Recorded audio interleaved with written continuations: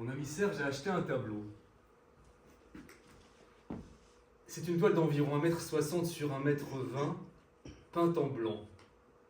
Le fond est blanc, et si on cligne des yeux, on peut apercevoir de fins liserés blancs transversaux. Mon ami Serge est un ami depuis longtemps, c'est un garçon qui a bien réussi. Il est médecin dermatologue. Et il aime l'art. Lundi, je suis allé voir le tableau que Serge avait acquis samedi, mais qu'il convoitait depuis plusieurs mois. Un tableau blanc avec des liserés blancs.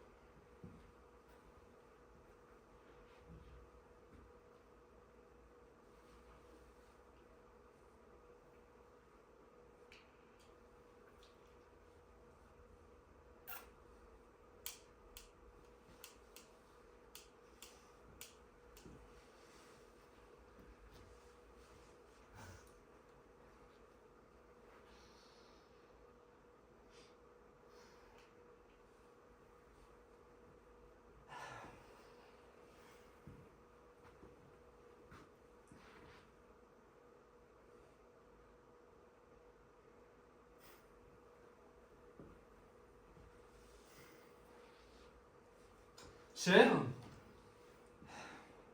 200 000. 200 000. Huntington me le reprend à 22. Qui est-ce? Huntington. Connais pas. Huntington, la galerie Huntington. À la galerie Huntington, te le reprend à 22? Non, pas la galerie. Lui. Huntington lui-même. Pour lui. Et pourquoi c'est pas Huntington qui l'a acheté? Parce que tous ces gens ont intérêt à vendre à des particuliers. Il faut que le marché circule. Ouais. Bah alors. Bah t'es pas bien là. Viens. Regarde. Regarde-le d'ici. Regarde. Hein? Tu aperçois les lignes. Hein?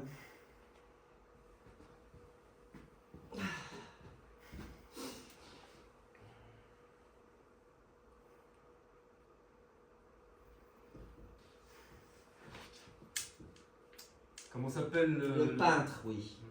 Antrios. Connu? Oui, très connu.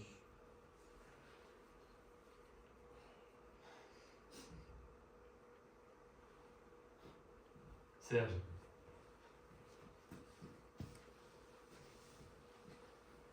Tu n'as pas acheté ce tableau de 100 000 francs?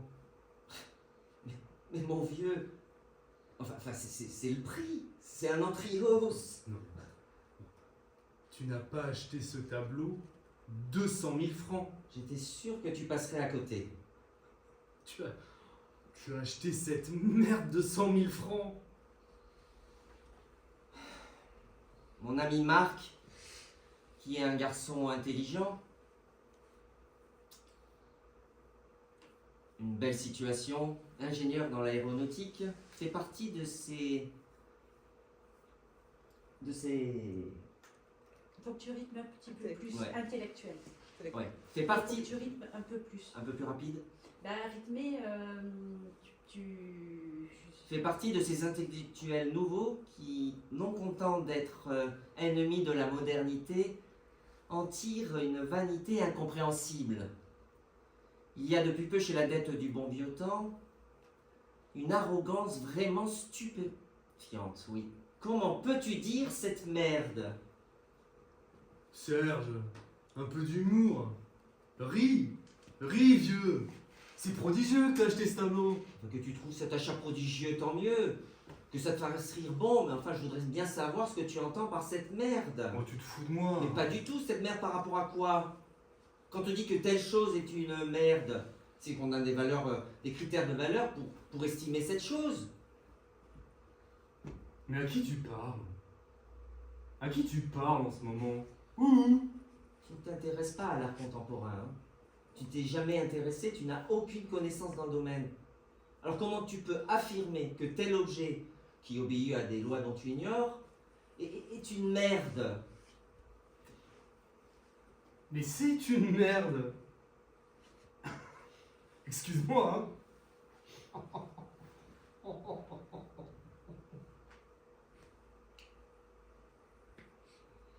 Il n'aime pas le tableau. Bon. Aucun effort dans son attitude. Aucune tendresse. Aucun effort dans sa façon de condamner. Un rire prétentieux, perfide. Un rire qui sait tout mieux que tout le monde.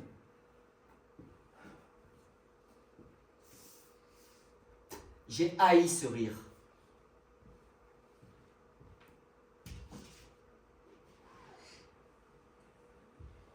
Que Serge ait tasté ce tableau me dépasse. M'inquiète. Et provoque en moi une angoisse indéfinie. En sortant de chez lui, j'ai dû sucer 3 granules de Gelsenium 9CH que Paula m'a conseillé. Entre parenthèses, elle m'a dit Gelsenium ou Ignacia? Tu préfères Gelsenium ou Ignacia? Et ce que je sais, moi, car je ne peux absolument pas comprendre comment Serge, qui était un ami, ait pu acheter cette toile.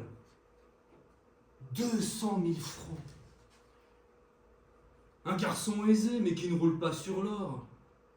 Aisé, sans plus. Aisé, bon, mais qui achète un tableau blanc, 20 briques. Je dois me référer à Yvan, qui est notre ami commun. On parlera avec Yvan. Quoique, Yvan est un garçon tolérant, ce qui en matière de relations humaines est le pire défaut. Yvan est tolérant parce qu'il s'en fout. Si Yvan tolère que Serge ait pu acheter une merde blanche 20 briques, c'est qu'il se fout de Serge, c'est clair.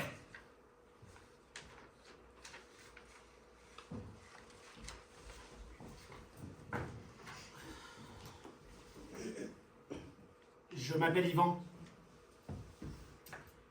Je suis un petit peu tendu parce qu'après avoir passé toute ma vie dans le textile, je viens d'accepter un poste de représentant dans une papeterie en gros. Je suis un garçon sympathique.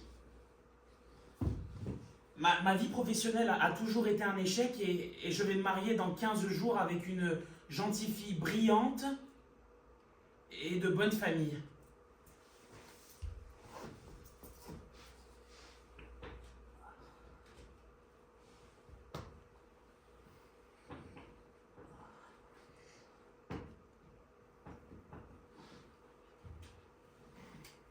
Qu'est-ce que tu fais? Je cherche le capuchon de mon feutre.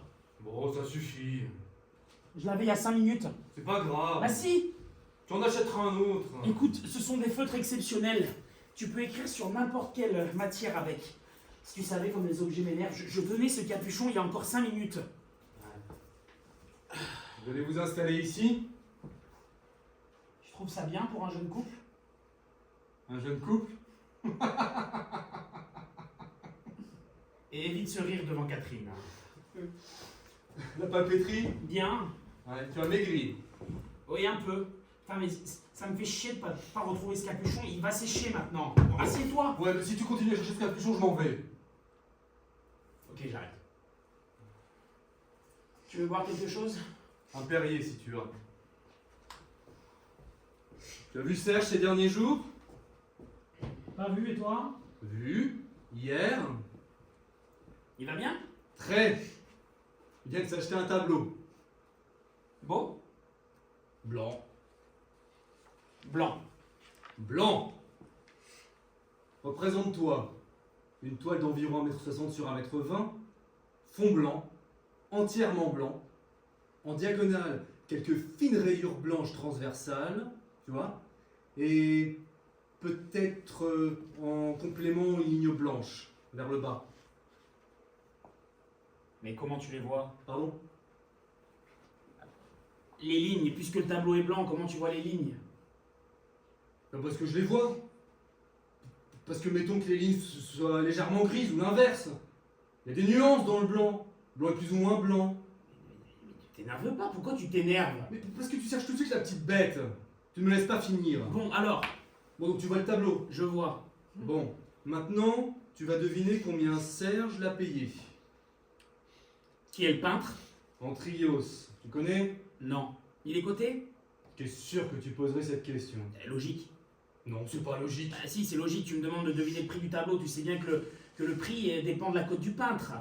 Mais je te demande pas d'évaluer ce tableau en fonction de tel ou tel critère. Je te demande pas une évaluation professionnelle. Je te demande ce que toi, Yvan, tu mettrais dans un tableau blanc agrémenté de quelques rayures blanc cassé. 0 centime. Bien.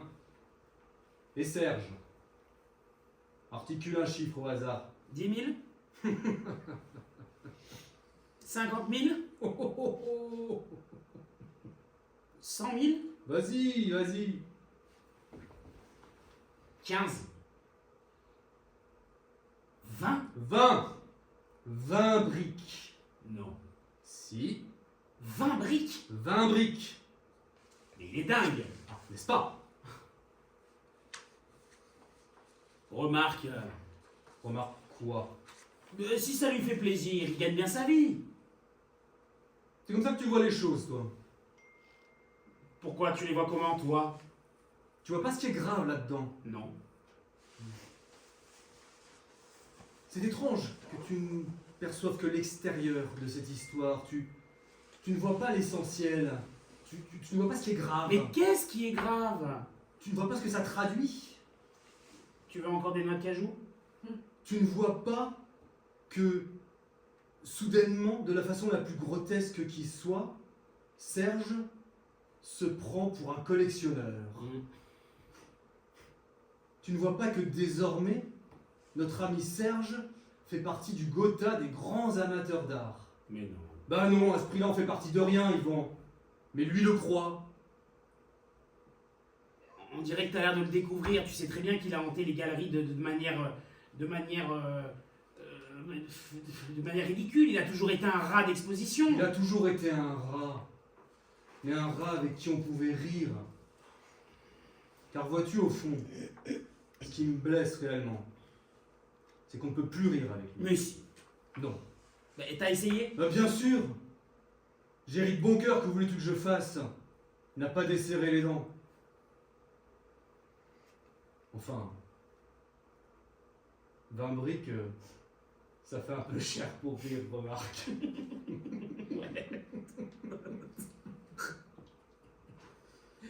Avec moi, il rira. Ouais, m'étonnerait. Donne encore des noix. La cuisine. Avec moi, il rira. Tu verras.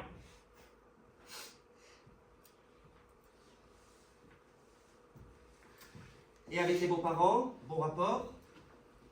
Excellent. Ils se disent que c'est un garçon qui est allé d'emploi précaire en emploi précaire. Maintenant, il va tâtonner dans le velin.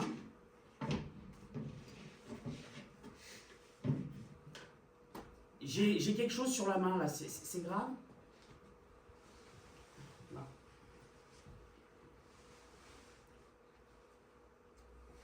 Ben non. Bah, tant mieux. Quoi de neuf?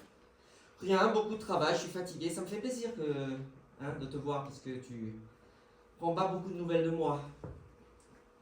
J'ose pas te déranger, hein. Tu plaisantes, j'espère. Hein.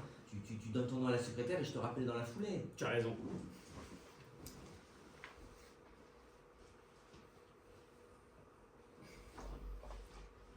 De plus en plus monacal chez toi. Hein. Oui, oui, oui. Tu as vu Marc récemment? Pas récemment, et toi?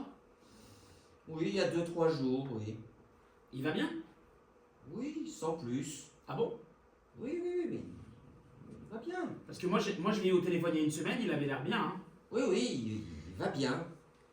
Tu avais l'air de dire sans plus. Mais pas du tout, je t'ai dit qu'il allait bien. Et sinon, t'es sorti, t'as vu des choses Rien. J'ai plus les moyens de sortir. Ah bon? Je suis ruiné. Ah bon? Complètement ruiné. Tu veux voir quelque chose de rare? Tu veux? Et comment? Montre.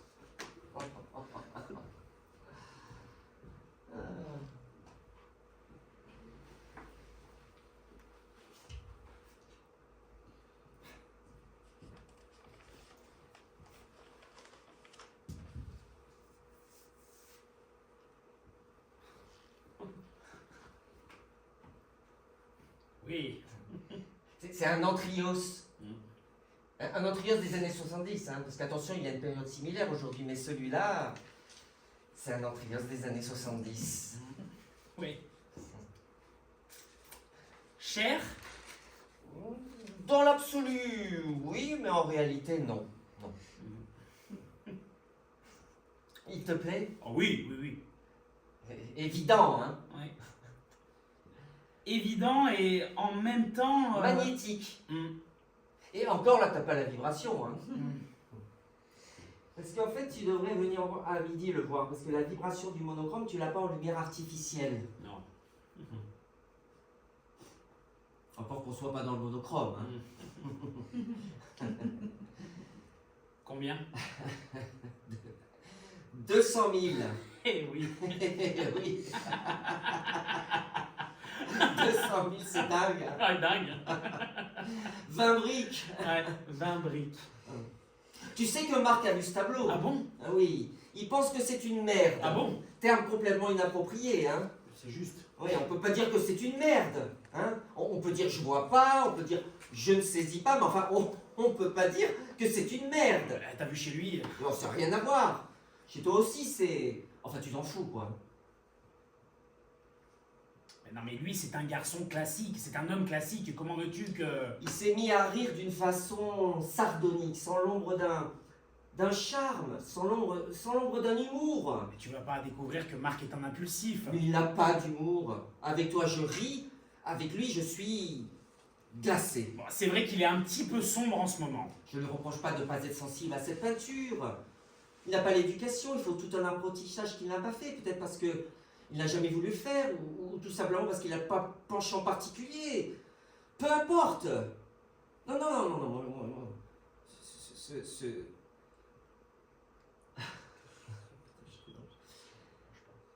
Hein?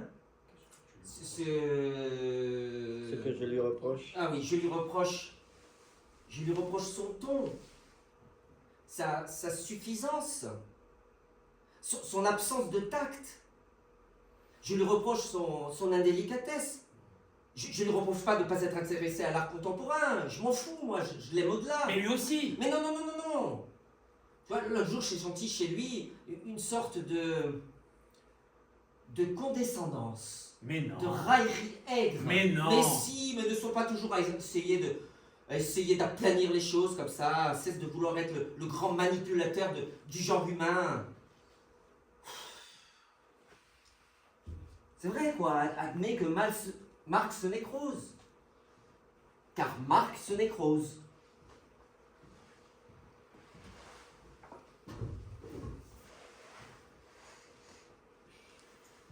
On a ri. Tu as ri. On a ri tous les deux ensemble, je te jure sur la tête de Catherine, on a ri ensemble tous les deux. Tu lui as dit que c'était une merde et vous avez ri. Non, je ne lui ai pas dit que c'était une merde. On a ri spontanément. Tu es arrivé, tu as vu le tableau et tu as ri. Et lui a ri aussi. Oui, si tu veux, après 2-3 mots, c'est comme ça que ça s'est passé. Bien, tu vois, je me suis trompé. Tant mieux. Tu me rassures, hein? Vraiment? Et tu sais quoi, tu vas même être étonné. Parce que c'est Serge qui a ri en premier. Et c'est Serge qui a ri le premier. Il a ri et toi tu as ri après. Oui, c'est ça. Mais lui, pourquoi il a ri? Bah, il a ri parce qu'il sentait que j'allais rire. Il a ri pour me mettre à l'aise, si tu veux. Mais s'il a ri en premier, ça ne vaut rien. S'il a ri en premier, c'est pour se mettre à ton diapason, ça ne signifie pas qu'il riait de bon cœur. Il riait de bon cœur. Il riait de bon cœur, mais pas pour les bonnes raisons. C'est quoi la bonne raison? J'ai un trouble. Lui ne riait pas du ridicule de son tableau. Vous ne riez pas, lui et toi, pour les mêmes raisons. Toi, tu riais du tableau, Et lui, riait pour te plaire, pour se mettre à ton diapason, pour te montrer que, en plus d'être un amateur d'art qui peut investir dans une œuvre, ce que tu ne gagnes pas toi, en un an, il reste ton vieux pote iconoclaste avec qui on se marre. Tu sais, Ouais. bon, je n'ai pas aimé ce tableau, Mhm. mais je ne l'ai pas détesté. Évidemment. On ne peut pas détester l'invisible. On ne déteste pas le rien. Non, mais il y a quelque chose. Hein. Qu'est-ce qu'il y a? Il y a une pensée. Une pensée. Oui, une pensée. Et quelle pensée?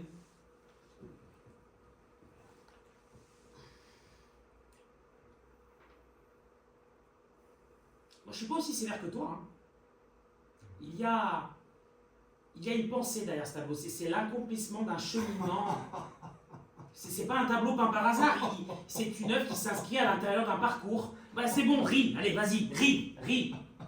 Mais tu répètes toutes les conneries de Serge. Quand il le dit, c'est navrant, mais chez toi, c'est d'un comique. Tu sais, Marc, tu devrais te méfier de ta suffisance. Tu deviens aigri et antipathique. Bah tant mieux. Plus je vais, plus je souhaite déplaire. Bravo. Une pensée. On peut pas parler avec toi. Une pensée derrière ça.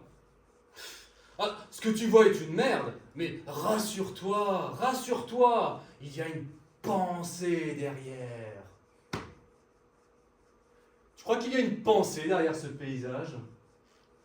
Non, hein, trop évocateur, trop dit, tout est sur la toile, il ne peut pas y avoir de pensée derrière. C'est bien, tu t'amuses. Yvan, mais exprime-toi en ton nom. Dis-moi les choses comme tu les ressens, toi. Je ressens une vibration. Tu ressens une vibration.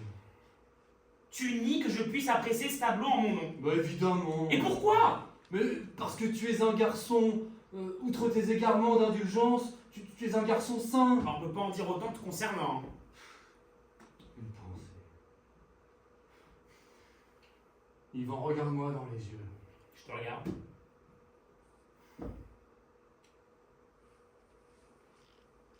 Tu es ému quand tu vois le tableau de Serge. Non. Bon, réponds-moi. Demain, tu épouses Catherine et tu reçois ce tableau en cadeau de mariage. Tu es content? Tu es content? Bien sûr que non, je suis pas content. Et d'une manière générale, je ne suis pas un garçon qui peut dire « je suis content ». Je cherche un événement dans lequel je peux dire « je suis content ». Es-tu seulement content de te marier, m'a demandé un jour bêtement ma mère. Sûrement, maman, sûrement. Mais comment ça, sûrement? Tu es content ou tu es pas content? Que signifie sûrement?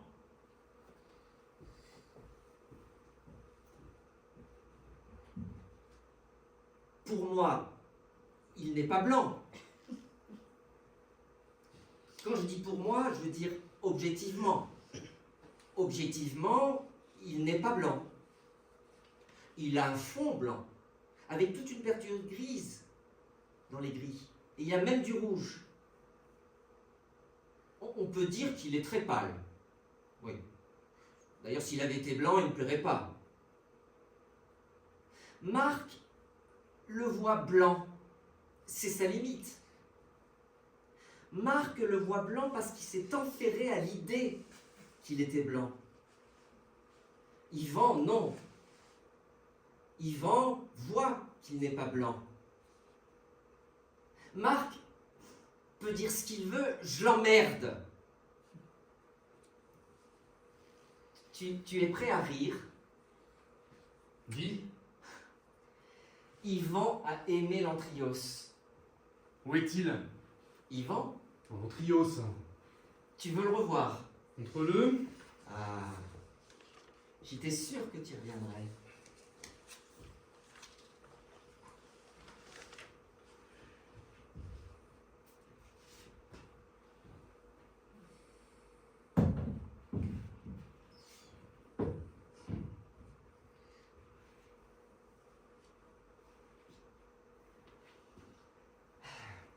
Yvan a capté tout de suite. Mhm. Bien. Bon, écoute, hein, on va peut-être pas s'appesantir sur cette œuvre, hein, la vie est brève. Hein. Lis ça.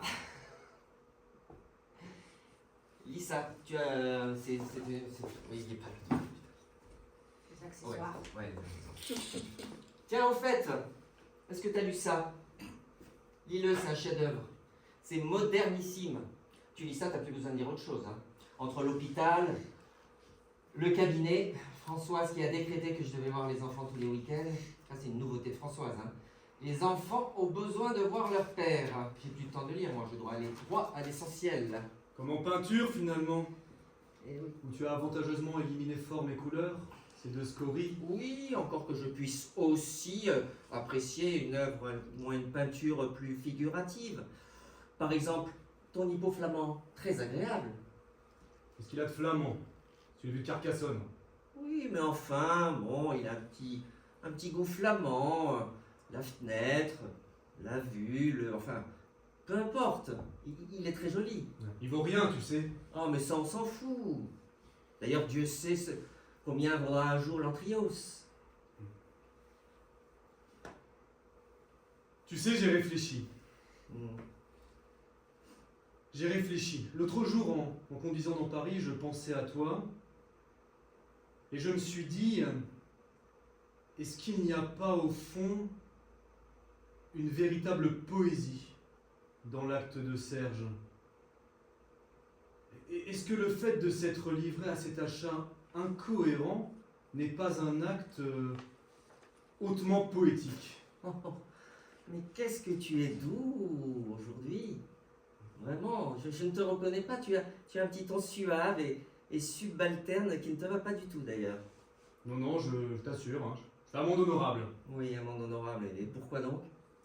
Je suis trop épidermique, je suis trop nerveux, je vois les choses au premier degré. Je manque de sagesse, si tu veux. Lis Sénèque. Tiens, tu vois là par exemple, tu me dis lis Sénèque, et ça pourrait m'exaspérer.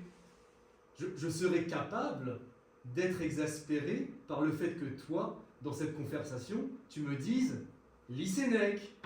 C'est absurde. Bien sûr que non, c'est pas absurde. Ah bon? Parce que tu crois déceler. Non, attends, je n'ai pas dit que j'étais exaspéré. Non, mais tu as dit que tu pourrais. Oui, que je pourrais. Que tu pourrais être exaspéré. Et je le comprends. Parce que dans le lit Sénèque, tu crois déceler une suffisance de ma part. Hein? Tu dis que tu manques de sagesse et moi je te réponds lis Sénèque. Enfin, c'est odieux. N'est-ce pas? Ceci dit, c'est vrai que tu manques de sagesse. Parce que j'ai pas dit lis Sénèque. J'ai dit lis Sénèque. C'est juste, c'est juste. Ah, en réalité, je crois que tu manques d'humour, tout bêtement. Sûrement. Tu manques d'humour, Marc. Tu manques d'humour, mon pauvre vieux. On est tombé d'accord là-dessus l'autre jour avec Yvan. Mais d'ailleurs, qu'est-ce qu'il fout celui-là? Incapable d'être à l'heure, on va rater la séance. Yvan trouve que je manque d'humour. Yvan dit comme moi que ces derniers temps, tu manques un peu d'humour. La dernière fois que vous vous êtes vus, Yvan et toi, il t'a dit qu'il aimait beaucoup ton tableau et que je manquais d'humour. Oui, c'est ça, le tableau, beaucoup, vraiment, et sincèrement, tu vois. Tu manges quoi là? Ignatia, Ah, parce que tu crois en l'homéopathie maintenant? je ne crois à rien.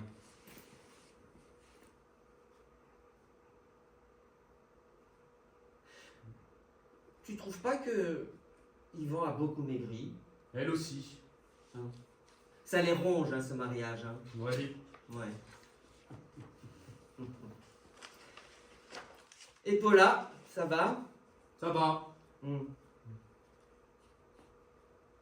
Tu vas le mettre où? Ben, je sais pas encore. Là, ou là, peut-être. Enfin, c'est trop ostentatoire. Tu vas l'encadrer? Ah non, non, non, non, non, non, non. Ah bon? Volonté de l'artiste. Tout n'est pas arrêté. Il y a un entourage. Regarde. Viens voir. Tu vois là?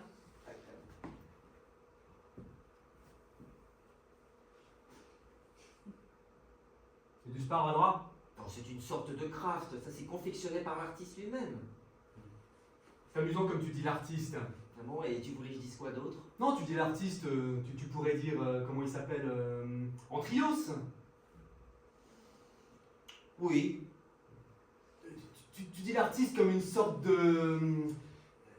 Enfin bref, ça n'a pas d'importance. Qu'est-ce qu'on voit? Essayons de voir quelque chose de consistant pour une fois. Oui, bon, c'est vrai, il est 8 heures, mais c'est inimaginable comment ce garçon, enfin, tu le connais, hein, tu es d'accord, hein, il est continuellement en retard. C'est infernal ça, qu'est-ce qu'il fout? Enfin, il est 8h05. On avait rendez-vous à 7h, entre 7h et 7h30. Bon, tu voulais dire quoi là? Qu'est-ce que tu entendais par artiste? Rien. J'allais dire une connerie. Mais non, vas-y, dis. Non mais, tu dis l'artiste comme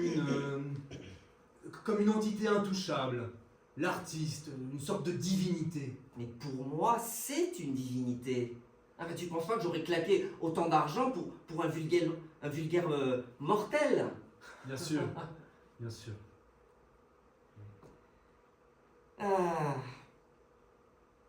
Bon, Tu es allé à Beaubourg? oui, tu vois, lundi j'étais à Beaubourg. Et tu sais combien il y a d'entrios à Beaubourg? 3. 3 entrios à Beaubourg. Hein. Et le mien n'est pas moins beau. Hein. Épatant. Bien. Bon, écoute. Hein. S'il n'est pas encore là dans exactement 3 minutes, on fout le camp. Hein. J'ai découvert un super lyonnais, tu verras. Pourquoi t'es un cran comme ça? Mais je suis pas un cran. Mais si, tu es un cran. Mais non, je suis pas un cran. Enfin si, je suis un cran. Parce que c'est En fait, inadmissible ce laxisme, cette incapacité à la contrainte. je t'énerve. Et tu te venges sur le pauvre Yvan. Le pauvre Yvan. S'en fout. Tu ne m'énerves pas. Benjamin, reste avec ton partenaire, vraiment. Reste avec lui. Tu ne m'énerves pas. Pourquoi tu m'énerverais? Oui, il m'énerve. C'est vrai, il m'énerve. Avec son petit sourire sous-entendu à chaque mot. On a l'impression qu'il se force de rester aimable. Mais ne reste pas aimable, mon vieux. Ne reste pas aimable. Surtout. Serait-ce l'achat de l'Antrios? L'achat de l'Antrios aurait déclenché cette gêne entre nous. Cet achat aurait peut-être dû avoir sa caution. Mais je m'en fous de sa caution. Je m'en fous de ta caution, Marc. Après, je sais plus. Serait-ce l'Antrios? L'achat de l'Antrios? Non. Le mal vient de plus loin. Il vient précisément de ce jour où tu as dit, sans humour, parlant d'un objet d'art, le mot déconstruction. C'est pas tant le terme de déconstruction qui m'a bouleversé que la gravité avec laquelle tu l'as proféré. Tu as dit, sans distance, sans un soupçon d'ironie, le mot déconstruction. Toi, mon ami. Ne sachant comment affronter la situation, j'ai lancé que je devenais misanthrope. Et tu m'as rétorqué. Mais qui es-tu? D'où parles-tu? D'où es-tu en mesure de t'exclure des autres? M'a rétorqué Serge, de la manière la plus infernale et la plus inattendue de sa part. Ce jour-là, j'aurais dû lui envoyer mon poing dans la gueule. Et lorsqu'il aurait été gisant au sol, lui dire « Et toi, qui es-tu? Quelle sorte d'ami es-tu, Serge, qui n'estime pas son ami supérieur ?» Un Lyonnais, tu as dit? Un peu lourd, non? Gros, saucisse, mou. Il est 8h12. C'est pas là, c'est Non, je sais que c'est pas là. Je me suis aperçu à ce moment-là. pas là, je crois. Pardon? C'est là, c'est là. Je sais plus. Parce qu'en fait, Un Lyonnais, tu je sais plus crois, si moi je dois un rester Lyonnais, là. tu crois, tu vas tapes sur à la le porte. canapé, Oui, mais il est pas assis là. Tu vas sur le Ah, canapé, t'es là, ça. t'es là. Ah, voilà, je Oui, plie, Ah c'est oui, ça. c'est ça, ouais. C'est ça. Parce que c'est juste avant le monologue. Là, il est 8h12, c'était juste alors. Oui, c'est ça, mais t'es pas assis là. Oui, c'est vrai, parce que je l'ai pas mis. Depuis le j'étais pas début, sur en le- fait, il est assis là Repars sur maintenant. le Lyonnais, s'il te plaît. Un lyonnais, un. Attends, tu permets? En fait, justement, c'est ce que à un moment donné, tu te lèves, Moi tu vas sur le divan, oui, D'accord. À quel un moment achat qui n'aurait pas eu sa caution, mais je me fous de sa caution, je me fous de ta caution, Marc. Et je me lève. Et là, tu D'accord, vas, tu tu t'assois t'assois sur- sur le d'accord, canapé parce que et les jambes Ok, serrées, fermées. D'accord. Ok, bon, on fait pas faire les jambes Ouais. serrées comme ça? Ouais, enfin, serrées. D'accord. Il est 8h12. Dramatique. Problème insoluble. Dramatique.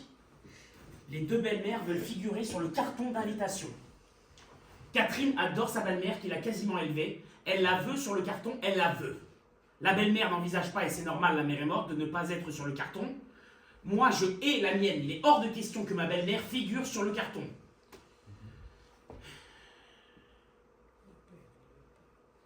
Mon père. Mon père ne veut pas y être si elle n'y est pas, à moins que la belle-mère de Catherine n'y soit pas, ce qui est rigoureusement impossible. J'ai décidé qu'aucun parent n'y soit. Après tout, nous n'avons plus 20 ans, nous pouvons présenter notre union et inviter les gens par nous-mêmes. Catherine a hurlé, arguant que c'était une gifle pour ses parents qui payaient prix d'or la réception, et spécifiquement pour sa belle-mère qui s'était donné tant de mal alors qu'elle n'était même pas sa fille. Je me laisse donc convaincre totalement contre mon gré, mais par épuisement. J'accepte donc que ma belle-mère que je hais, qui est une salope, figure sur le carton. Je téléphone à ma mère pour la prévenir, je lui dis « Maman, j'ai tout fait pour éviter ça, nous ne pouvons pas faire autrement, Yvonne doit figurer sur le carton. Si Yvonne doit figurer sur le carton, je ne veux pas y être. Maman, des amis m'attendent, pourquoi tu envenimes les choses ? Comment oses-tu me proposer que mon nom figure sur le carton comme celui d'une femme abandonnée en dessous de celui d'Yvonne, solidement amarrée au patronyme de ton père ? Maman, je vais raccrocher, nous parlerons tout ça demain à tête reposée. Pourquoi je suis toujours la dernière roue du carrosse? Mais bien sûr que non, maman, bien sûr que non, tu n'es pas la dernière roue du carrosse. Mais bien sûr que si, quand tu dis n'envenime pas les choses, c'est que les choses sont déjà là, que tout s'organise sans moi, que tout se trame derrière mon dos. Et la brave Huguette doit dire amen à tout. Et j'ajoute, me dit-elle, le clou, pour un événement dont je n'ai pas encore saisi l'urgence. Maman, des amis m'attendent, je vais raccrocher, oui, bien sûr, tout est plus important que moi. Tu as toujours mieux à faire, elle raccroche. Catherine, qui était à côté mais qui n'avait rien entendu, me dit qu'est-ce qu'elle a dit. Je lui dis elle ne veut pas être sur le carton avec Yvonne. Je te parle pas de ça. Qu'est-ce qu'elle a dit sur le mariage? Rien. Tu mens. Mais non, Cathy, je ne mens pas. Elle ne veut pas être sur le carton avec Yvonne. Eh bien, rappelle-la et dis-lui que quand on marie son fils, on met son amour-propre de côté. Je pourrais dire pareil de ta belle-mère, mais ça n'a rien à voir, s'écrie Catherine, ça n'a rien à voir. C'est moi qui tiens absolument à sa présence, pas elle, la pauvre, la délicatesse même. Si elle savait les problèmes que ça engendre, elle me supplierait de ne pas être sur le carton. Rappelle ta mère. Je le rappelle, en surtension, Catherine à l'écouteur. Ma mère me dit, Yvan, tu as mené ta barque de la manière la plus chaotique qui soit. Et tout d'un coup, parce que tu as l'intention de développer une activité conjugale, je me retrouve dans l'obligation de passer un après-midi et une soirée avec ton père, un homme que je n'ai pas vu depuis 17 ans et à qui je ne comptais pas exposer mes bajoux et mon embonpoint. Et avec Yvonne, qui, je te le signale en passant, je l'ai su par Félix Perolari, a trouvé moyen de se mettre au bridge. Ma mère aussi joue au bridge. Tout ça, je ne peux pas l'éviter, Yvan. Mais le carton, l'objet par excellence que tout le monde va recevoir et étudier, j'y compte m'y pavaner seul. Catherine à l'écouteur secoue la tête avec un rictus de dégoût. Je lui dis, maman, mais pourquoi es-tu si égoïste? Je ne suis pas égoïste, Yvan. Tu ne vas pas t'y mettre toi aussi et me dire que je suis égoïste comme Madame Dixit, comme Madame Romero ce matin, et dire que j'ai un cœur de pierre. Hein. Que nous avons tous une pierre à la place du cœur dans la famille. Dixit, Madame Romero ce matin, parce que j'ai refusé, elle est devenue complètement folle de la passer à 60 francs de l'heure non déclarée, qui trouve le moyen de me dire que j'ai un cœur de pierre, quand on vient de mettre un pacemaker à ce pauvre André, à qui tu n'as même pas trouvé le moyen d'envoyer un petit mot. Oui, bien sûr, c'est ça, tout te fait rire, hein. Tout est plus important, tu as encore beaucoup de choses à apprendre de la vie, c'est pas moi qui suis égoïste, Yvan, allez, va, file rejoindre tes chers amis, va.